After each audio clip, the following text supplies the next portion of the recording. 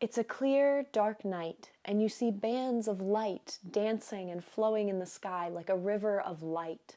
These are the auroras, the aurora borealis in the northern hemisphere and the aurora australis in the southern hemisphere. But what's the science behind these magnificent light shows? It all starts with the sun, that giant flaming ball of plasma at the center of our solar system. Plasma is a state of matter similar to gas, but most of the particles are ionized, or electrically charged. The sun shoots out these charged particles or ions out into the universe in all directions. This is called solar wind. Some solar wind heads towards Earth, where it encounters the Earth's magnetic field. Were it not for the magnetic field, solar wind would blow away our atmosphere.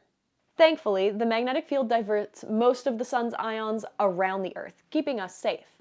However, some ions end up in the Earth's atmosphere, where they collide with atoms and molecules such as oxygen and nitrogen. When the particles collide, they release energy, which we see as visible light, the auroras. Different colors depend on where in the atmosphere these energetic collisions occur, and what particles in the Earth's atmosphere are reacting.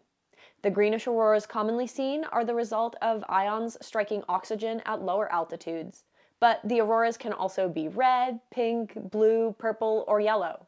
This process is constant, so why can we only see the auroras near the poles and when it's dark out?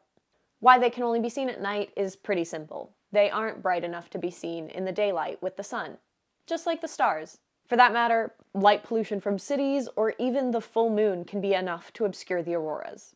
And while the solar winds that cause auroras bombard the whole planet, the Earth's magnetic field directs those ions towards the magnetic poles, which is why they are only visible there.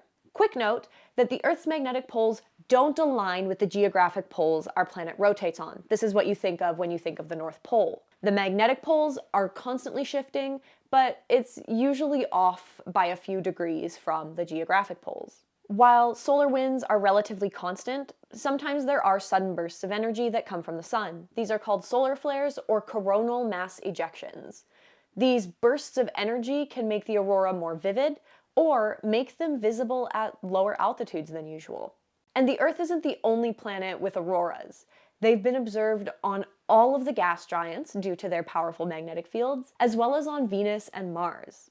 So where and when should you go if you want to see the auroras? You'll want to head to the near Arctic, basically anywhere with a clear sky and where there's not a whole lot of light. Alaska in the United States, Svalbard, Norway, anywhere in Iceland really, and the Canadian territories are just some of the excellent places to see the lights. I can personally recommend Yellowknife in the Northwest Territories, where I captured much of the footage used in this video. You'll want to visit these places between September and April, when the sky gets dark enough to actually see the auroras. Thanks for watching, and don't forget to like and subscribe. Have a lovely day. Yay!